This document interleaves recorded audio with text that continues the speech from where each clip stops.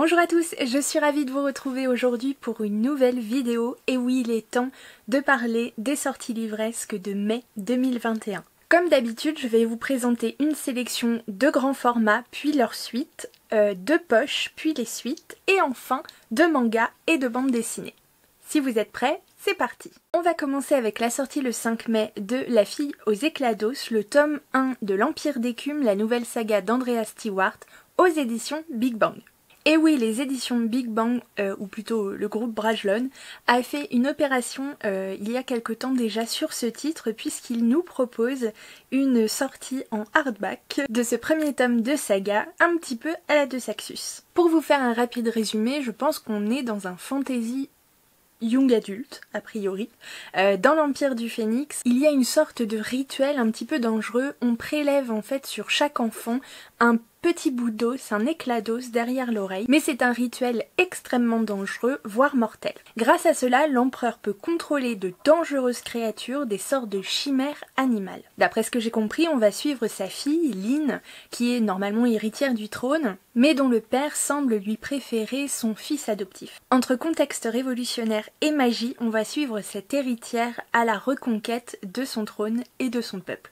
On enchaîne le 6 mai avec la sortie du tome 1 de la carte des confins de Marie Repelin aux éditions PKJ. Ce nom ne vous est peut-être pas inconnu puisqu'il s'agit de la bookstagrammeuse Muffins & Books, qui je crois avait déjà plus ou moins édité en fait cette histoire, notamment sur Wattpad. On est ici dans un roman young adulte d'à peu près 456 pages il me semble, qui va mêler aventure, magie, piraterie et romance. On va suivre notamment Callie, une voleuse hors pair, un peu badass, et le capitaine d'un bateau pirate, Blake Johnson, qui vont s'allier dans leur quête de découverte des confins. Un monde au-delà du nôtre dont personne ne serait jamais revenu. On enchaîne le 6 mai avec la sortie de Mort contre Triple, le tome 1 de la saga Les Dames de Marlowe Enquête de Robert Thorogood aux éditions de La Martinière. On est ici sur une saga de cosy crime avec un tome qui fait à peu près 464 pages, je crois. On va suivre dans la petite ville de Marlowe en Angleterre une petite mamie assez excentrique de 77 ans, Judith Potts, qui mène sa vie absolument comme elle l'entend. Mais un soir, elle entend dans la maison de son voisin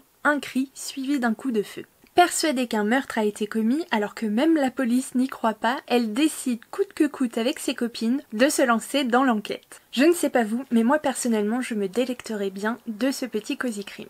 On enchaîne le 6 mai toujours avec L'étrange garçon qui vivait sous les toits de Charlotte Bousquet, Christine Ferré-Fleury et Fabien Fernandez aux éditions Slalom. Le cauchemar d'une adolescente se réalise du coup, alors en plein confinement, son père médecin l'envoie chez une ancienne infirmière de 93 ans dont l'internet est plus ou moins effectif. Et Nina va tomber en fait en fouillant quelques malles dans la cave sur une photo très ancienne d'un jeune homme, et ce jeune homme en 1942 a été caché par la famille de cette fameuse Arlette, ancienne infirmière, puisque c'était un jeune homme juif. Et Nina en fait est un peu troublée parce que ce garçon, elle l'a déjà croisé dans l'escalier en 2020. Vous voyez un petit peu le délire? Cette photo va replonger Arlette dans de douloureux souvenirs. On est sur un récit ado à double temporalité, vous vous en doutez, 1942 et 2020. Deux contextes particuliers, celui de la Seconde Guerre mondiale et celui de 2020 avec le fameux confinement. On enchaîne le 7 mai avec la sortie de Juliette qui fait partie de la collection Love in Box de Luc Blanc-Villain aux éditions Fleurus. On est ici dans un roman jeunesse de 224 pages, adapté à partir de 10 ans, qui va nous raconter l'histoire de Juliette, une jeune adolescente qui rentre en seconde, plutôt du genre assez timide, et qui reçoit un jour un mail d'un admirateur secret. Et lorsqu'elle le raconte à sa meilleure amie Adèle, cette dernière voit alors ici l'occasion de guérir Juliette de sa timidité et pourquoi pas de se lancer dans une merveilleuse romance. Elle sait pertinemment que le beau Simon, élève dans un autre lycée, a flashé sur son ami et elle s'arrange avec lui pour faire croire à Juliette que le mail vient de Simon et que ce dernier puisse confirmer. Tout se passe bien entre les deux nouveaux amoureux jusqu'au moment où Juliette reçoit un second mail qui lui donne rendez-vous dans la forêt. Et pensant qu'il s'agit de Simon, Juliette va s'y rendre sans même prévenir sa meilleure amie. Et là, je sais pas vous comment vous le sentez, mais moi j'ai légèrement peur de la suite des événements. J'ai vraiment très envie de savoir ce qui va se passer pour Juliette. J'ai très peur pour elle, j'espère que tout va bien aller.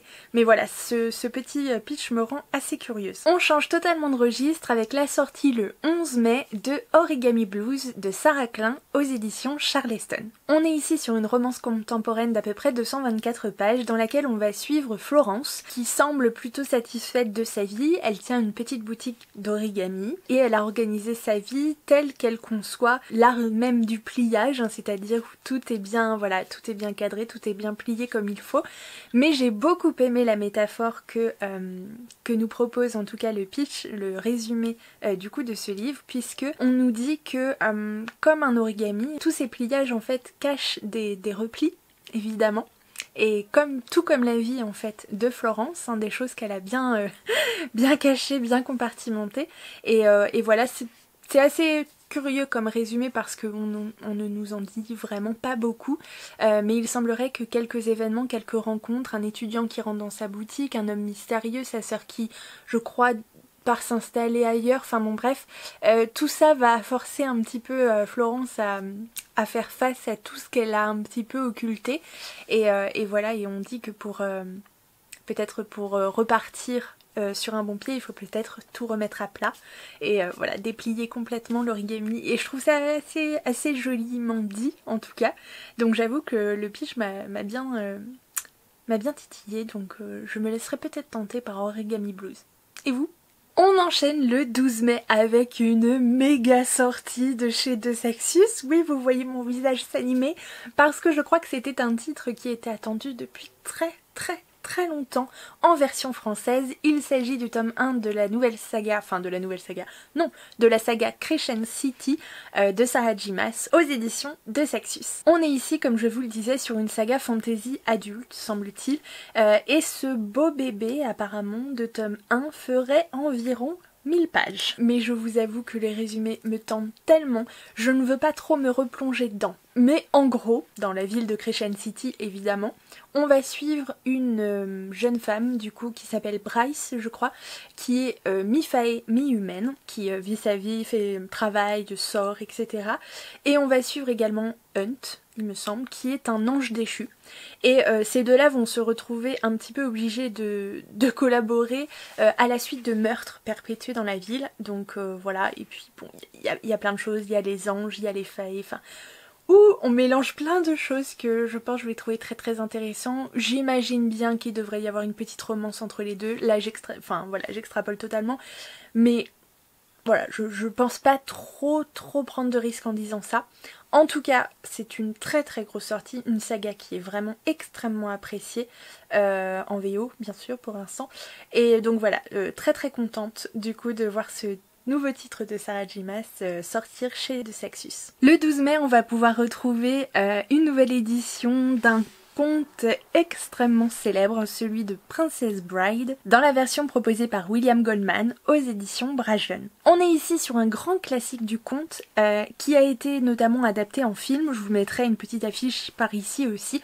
Personnellement, moi je n'ai jamais lu la version écrite, mais par contre j'ai vu le film puisque c'est un chef-d'œuvre du genre. On va voilà trouver tous les codes tous les codes plutôt classiques hein, du conte, voilà, avec le valet de ferme Wesley qui va risquer sa vie pour sauver la femme qu'il aime, donc Bouton d'or, la princesse et tout machin, et puis on va rencontrer divers personnages, notamment Inigo Montoya, il faut le voir pour le croire, mais c'est un personnage très caractéristique du genre qui lui est à la recherche de l'assassin, je crois, de son père, en tout cas qui est en quête de vengeance. Bonjour. Je m'appelle Inigo Montoya. Tu as tué mon père. Prépare-toi à mourir. Donc voilà, une belle édition proposée par Brajlon, moi je dis oui. On enchaîne le 12 mai avec la sortie de Pénombre d'Ariel Holst aux éditions 404. On est ici sur un roman young adulte de dark fantasy, conseillé à partir de 14 ans et qui fait, je crois, à peu près 272 pages. Je ne pourrais pas trop vous en dire au niveau du résumé. Je sais que l'intrigue se situe, je crois, sur les terres d'Astravia qui sont infectées par de mystérieux ténèbres à peu près tous les 30 ans qui vont empoisonner les vivants et les transformer transformer en monstres, je crois, mais qui vont aussi conférer aux nouveau-nés des pouvoirs quasi divins. On appelle ces derniers alors des éclipsiens, et on va suivre notamment Liviane Palimbre, qui est l'une d'entre eux. Elle va se retrouver notamment dans une position assez inconfortable lorsque les ténèbres s'abattent sur les terres d'Astravia avec plus de 10 ans d'avance. Le 14 mai, une petite sortie chez Inceptio, il s'agit d'À la croisée des rêves d'Eli Sohin. Il s'agit d'un fantastique young adulte de 322 pages. Je ne pourrais vraiment pas vous dire grand chose du résumé, je crois qu'on suit une jeune femme Isobel. Ça j'ai retenu, désolée pour la qualité de mon résumé absolument incroyable. Et on va notamment aborder des thématiques telles que les rêves, qui notamment seraient des dimensions parallèles, du coup, assez éphémères, qui en fait prendraient fin ou s'évaporeraient à notre réveil. Et on va, je crois, suivre Isobel, du coup, qui est une jeune fille avec un pouvoir particulier en lien avec ça. Donc voilà. Écoutez, si ça vous tente, c'est une sortie Inceptio, donc voilà, je pense qu'on peut y aller les yeux fermés. On enchaîne le 19 mai avec la sortie d'Ainsi gèle les bulles de savon de Marie Vareille aux éditions Charleston. On est ici sur un roman de 368 pages, donc contemporain évidemment, où on va suivre le destin de 4 femmes qui apparemment n'ont rien en commun, mais ces 4 femmes vont prendre des décisions irrévocables pour leur vie. Et voilà, on va se demander à un moment s'il n'y a pas un lien entre tout ça. J'ai été assez charmée par le résumé, donc je ne vous parlerai pas pour vous laisser la surprise. On va suivre donc ces 4 femmes et on va un petit peu voyager puisqu'on va parler notamment de l'Indonésie, des États-Unis, mais aussi de Paris. Bref, un petit voyage autour du monde qui, moi, me tente assez. On enchaîne le 20 mai avec la sortie d'un jeunesse. Il s'agit de La Malédiction du Bois d'Ombre, le tome 1 de la saga Les Héritiers de Brizen, de David Braille, avec une illustration magnifique en couverture de Noémie Chevalier, aux éditions Nathan. Donc un petit jeunesse fantasy conseillé pour les 9-12 ans qui va aborder les thèmes de chevalerie, d'amitié et de magie. On va y retrouver le destin de 3 enfants dans une forêt dangereuse qui vont tenter, grâce à l'aide d'une guérisseuse, Brizen, de briser une malédiction. On continue avec la suite des sagas et la sortie le 4 mai du 3e tome de Sirens de Melissa Scanu aux éditions Plume Blanche. Je ne vais pas faire de résumé sur les suites de sagas, je vais les passer assez vite, hein, vous comprendrez pourquoi. On va suivre notamment Faye qui est juste voilà une jeune femme qui fait partie du peuple des sirènes. Je ne sais même pas de quoi il s'agit. Bon, ça a un lien avec les sirènes. En tout cas, elle se sent bien plus à l'aise dans les fonds marins que sur Terre. Voilà, c'est ce qui est dit dans le résumé. Et on risque notamment d'y rencontrer différents peuples, en tout cas peuples de la mer a priori. Donc voilà, je vous laisserai voir, mais en tout cas, c'est une saga qui a l'air assez sympa aussi. Le 5 mai, c'est aussi la sortie tant attendue du tome 3 de la saga Broadway Limited, intitulé Un thé avec Grace Kelly de Malika Ferjouk aux éditions École des loisirs. On suit dans cette histoire, vous savez, Jocelyn ou Jocelyn, prononcé du coup à l'anglaise, qui va se retrouver un soir à la pension Giboulé à New York dans les années 1940. Bref, sur un quiproquo, voilà, dans une pension qui normalement n'accueille que les filles. Ça vous dit des choses, bref, c'est la suite des aventures et apparemment c'est très très attendu. On enchaîne le 5 mai avec la sortie de Dragon Legend, le tome 2 de la saga Dragon Mountain, de Cathy et Kevin Tsang, chez Hachette Roman. Dans ce petit jeunesse, on va parler enfants, Chine, centre de vacances et dragons, vous vous en doutez. Donc voilà, je vous laisse découvrir avec plaisir cette petite saga. Le 6 mai, c'est la sortie du Destin de Newt, le tome 6 de la saga Le Labyrinthe, de James Dashner aux éditions PKJ. Moi perso, je n'ai vu que le film, Le Labyrinthe, et le 1 d'ailleurs, bref, mais j'avais bien aimé, je trouvais ça assez intéressant, un petit peu le côté, je sais pas, aventure à la Hunger Games, mais pas dans les jeux, vous voyez ce que je veux dire? C'est cette ambiance en fait de survie un petit peu, avec des choses un peu inexpliquées, enfin bon bref, je vous laisserai découvrir du coup la suite des aventures de Newt. Le 11 mai, c'est ensuite la sortie du Faucon Infidèle, le tome 2 de la saga Merciful Crows de Margaret Owen aux éditions PKJ. On est ici sur un fantasy young adulte, à peu près 480 pages il me semble. Je regarde mes notes aussi un petit peu. Bref, moi perso le tome 1 est toujours dans ma pile à lire, mais je sais que ça a été une saga très très appréciée. En tout cas ce tome 1 a été vraiment, a eu vraiment un très très bon retour. Donc voilà, il faut absolument que je le sorte aussi de ma pile à lire. Je croise les doigts pour que ce soit en 2021, j'espère. Voilà, et je sais que le tome 2 était très attendu, donc voilà, bonne lecture.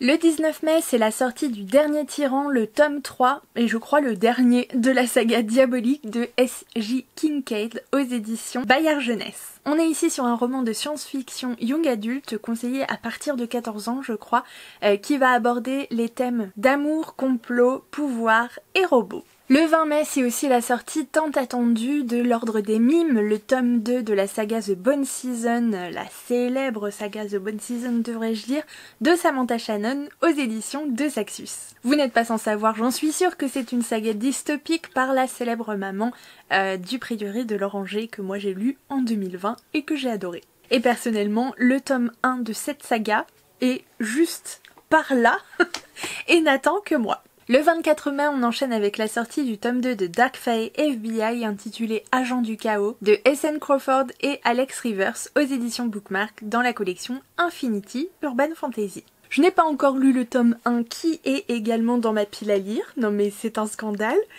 Bref, on va suivre je crois une profileuse du FBI et peut-être un Fae, un truc comme ça. Bref, une créature voilà fantastique. Et tout ça dans un contexte d'urban fantasy, enfin bon, moi je dis oui. Et enfin le 26 mai pour clôturer du coup ces suites de sagas en grand format, il s'agit de la sortie du Règne des Loups, le tome 2 de la saga King of Scars de Leigh Bardugo aux éditions Milan. Vous n'êtes pas sans savoir que c'est une des sagas qui fait partie du Grishaverse, donc le monde des Grisha, avec la saga Grisha bien évidemment, la saga Six of Crows, bref. King of Scars, c'est la saga qui va concerner le personnage croisé dans le tome 2 de Grisha, Nikolai, et j'ai vraiment hâte, même si elle a peut-être d'un peu moins bons échos, j'ai vraiment hâte de découvrir cette saga. On enchaîne avec les poches et la sortie le 5 mai des Caprices de Lady Violette de Martha Waters aux éditions J'ai lu. Pour vous poser un petit contexte, on est en 1817 et on va suivre les époux terribles, Lady Violette et son mari du coup, qui sont fâchés depuis 4 ans et qui vont se faire les pires crasses au monde, alors cocasses ou carrément perfides. Bref, ça va être une surenchère et tous les coups sont permis. Un seul détail à échapper aux époux terribles, c'est qu'ils sont toujours éperdument amoureux l'un de l'autre. Le 5 mai, c'est aussi la sortie poche de Et le désert disparaîtra de Marie Pavlenko aux éditions J'ai lu. On va suivre la jeune Sama qui vit dans un monde qui pourrait malheureusement être le nôtre. Le sable a recouvert toute la planète. La vie a pratiquement disparu et Sama fait partie d'un peuple nomade qui traque les derniers arbres en fait pour vendre leur bois. Sauf que Sama, elle voudrait être plutôt chasseuse. Sauf que c'est une tâche réservée aux hommes, mais un jour elle désobéit et décide de suivre les chasseurs. Elle va alors se perdre en plein désert et faire une rencontre qui risque de bouleverser sa vie. Le 5 mai, c'est aussi la sortie poche du Sarah Morgan, Embrassons-nous sous les étoiles, qui sort aux éditions Harlequin. On est évidemment, vous vous en doutez, c'est pas une surprise avec Sarah Morgan, sur une romance. On va y suivre Flora qui est fleuriste, ça ne s'invente pas, et qui va tomber amoureuse d'un homme, Jack je crois, bref, qui est veuf et père de 2 enfants. L'amour est fou, l'amour est beau, mais Flora va vite se rendre compte que ce n'est pas si facile que ça de prendre entre guillemets la place d'une autre. Le 12 mai, encore une sortie J'ai lu, puisque sort en version poche La fileuse d'argent de Naomi Novik. On va y suivre Myriam, Vanda et Irina, 3 femmes, 3 destins mêlés, au cœur du blizzard surnaturel d'un hiver qui menace de tout geler. On continue le 12 mai avec la sortie de La Dame de l'Orient Express de Lindsay Ashford aux éditions HarperCollins Poche. On est ici sur un récit de 384 pages relatant l'incroyable voyage d'Agatha Christie en octobre 1928 à bord de l'Orient Express alors qu'elle a décidé de fuir sous une fausse identité. On va alors suivre sa rencontre avec 2 femmes qui ont elles aussi leurs secrets et va se dérouler alors un drame, un événement inattendu qui forgera peut-être une amitié. Le 19 mai, on enchaîne avec la sortie de Silence de Dylan Farrow aux éditions J'ai lu. On est ici sur un young adult imaginaire de 320 pages qui va nous raconter l'histoire d'un monde où les mots peuvent tuer. Dans un monde ravagé il y a quelques années par la mort indigo, donc la maladie de l'encre, il a été interdit du coup d'écrire ou de raconter des histoires et on va suivre notamment Shae, qui est une jeune fille qui a perdu son frère de cette maladie et qui voit sa mère du coup assassinée. Et ça va être le début en fait d'un récit initiatique pour Shae du coup afin de briser ce silence et de développer son étrange don. Le 5 mai toujours, vous pourrez également retrouver L'héritière rebelle, donc le tome 2 de la saga Les Faucons de Ravera de Melissa Caruso aux éditions Big Bang. Le 5 mai encore sort le tome 2 du Fléau Atlantis de A.G. Riddle aux éditions Brajlon. On est ici sur un petit bébé de 504 pages, donc qui est en fait un thriller mêlant science, histoire et suspense. Le 6 mai, vous pourrez trouver La Muse des Cauchemars, le tome 2 de la saga chouchou de Kimi Collection, donc Le Faiseur de Rêves, de Laini Taylor, aux éditions Gallimard dans leur collection Pulp Fiction. Grosse sortie pour les fans de Brandon Sanderson, le 12 mai sort Astrovise, le tome 2 de Skyward de Brandon Sanderson, aux éditions Le Livre de Poche. Le 19 mai, cette fois chez J'ai lu, sort le semi-intégral, donc les tomes 5 et 6 de la chronique des Bridgerton de Julia Quinn. Peut-être savez-vous déjà que j'ai commencé la lecture de cette saga, j'ai notamment lu les tomes 1 et 2, donc qui concernaient Daphné et l'aîné de la famille, donc Anthony. Voilà, c'était plutôt une bonne lecture. Franchement, je l'ai littéralement dévoré. Et cette fois dans ces tomes, on va suivre les deux sœurs, donc Héloïse et Francesca. Pour les fans de Cozy Crime, le 20 mai sort Manoir Magouille et Coq au vin, le tome 2 de la saga Campbell et Carter de Anne Granger aux éditions 10-18. Ce tome fait suite bien sûr au titre Cottage, Fantôme et Guet-apens. On enchaîne maintenant avec les mangas et la sortie le 20 mai d'un nouveau petit shoujo chez Akata. Il s'agit du tome 1 de A Sign of Affection de Morishita. Ce petit shoujo conseillé à partir de 12 ans va aborder les thématiques de l'amour, du handicap et de la communication. On va notamment y suivre Yuki qui est une étudiante somme toute relativement comme les autres, qui organise son temps entre ses amis, les réseaux sociaux et tout ce qu'elle aime. Mais un jour dans le train, elle va croiser un jeune homme du coup un petit peu différent qui voyage à travers le monde. Ce jeune homme parle 3 langues, mais seulement il ne parle pas la langue des signes parce que oui, Yuki souffre d'un handicap sensoriel. Mais cela ne semble absolument pas décourager ce camarade d'université assez entreprenant. En ce qui concerne les suites, vous allez trouver le 5 mai chez Pika la sortie du tome 9 de Cardcaptor Sakura de Clamp.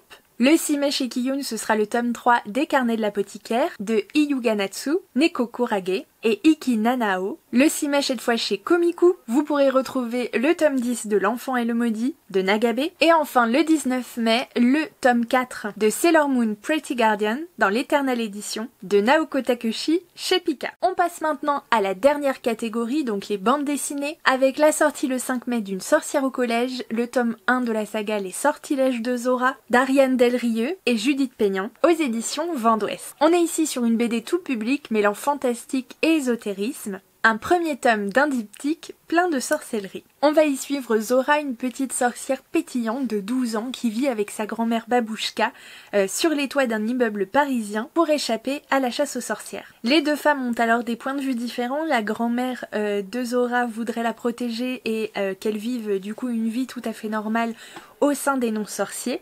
Mais Zora, elle, n'est pas du tout de cet avis et ce qu'elle veut, elle, c'est devenir une vraie sorcière. Le 19 mai sort Le Théâtre des Ombres, le tome 1 de la nouvelle saga Nautilus de Mathieu Mariol et Gwenaël Grabowski chez Glénat. On va suivre notamment un homme, Kimbo Lohara, qui est un agent des services secrets britanniques de la fin du 19e siècle, qui va se retrouver au cours d'une mission pris dans un complot du coup, qui va être accusé d'un attentat et pour sauver sa peau, sa réputation et sa famille, du coup il va se mettre en quête de récupérer des documents secrets dans l'épave du bateau du coup qui a explosé, enfin bon bref, voilà.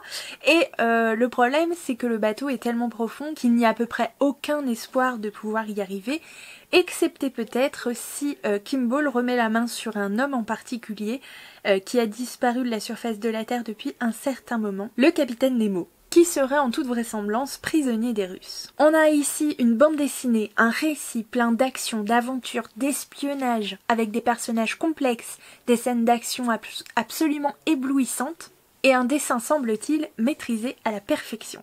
Pour les suites de saga, vous pourrez retrouver le 5 mai La Chrysalide des Cœurs, le tome 2 de Dreams Factory de Jérôme Hamon, Lena Sayafum et Soueb Zako aux éditions Métamorphose. On est ici sur la fin d'un diptyque steampunk mêlant action, fantastique et ésotérisme. Le 7 mai, ce sera la sortie d'un Coupable intouchable, le tome 3 de la saga Dans les yeux de Lia de Carbone et Cugna aux éditions Dupuis. Le 14 mai, toujours chez Dupuis, vous pourrez retrouver Le Commencement qui est le tome 10 de la saga Magic 7 d'un collectif, Beyrois, Kenny Ruiz et Kit Toussaint. Et pour finir, le 28 mai, c'est une grosse sortie d'une toute petite sortie. Comment vous dire, en 2021, avant toutes ces histoires de Covid, avait été annoncée du coup la suite des aventures de Black Sad.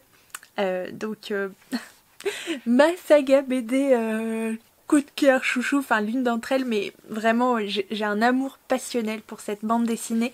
Et du coup, pour nous faire patienter un petit peu, les éditions d'Argo nous proposent un tome hors série, donc What's News de Black Sad, de Juan Diaz Canales et Juanro Guarnido. Donc c'est une édition spéciale de 16 pages au prix de 3 €. Comment vous dire? En attendant, j'espère de pouvoir découvrir la suite des aventures de notre détective préféré en 2021. Et voilà pour les sorties livresques de mai 2021. Peut-être j'ai été un peu trop rapide, j'en suis désolée si c'est le cas. En tout cas, n'hésitez pas à vous rendre en barre d'infos. Vous retrouverez tous les liens de tous les titres que j'ai cités.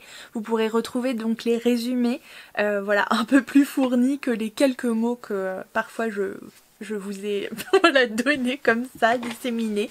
Bref, mais j'ai essayé de faire assez rapide parce que ces vidéos de sortie livresse sont extrêmement longues.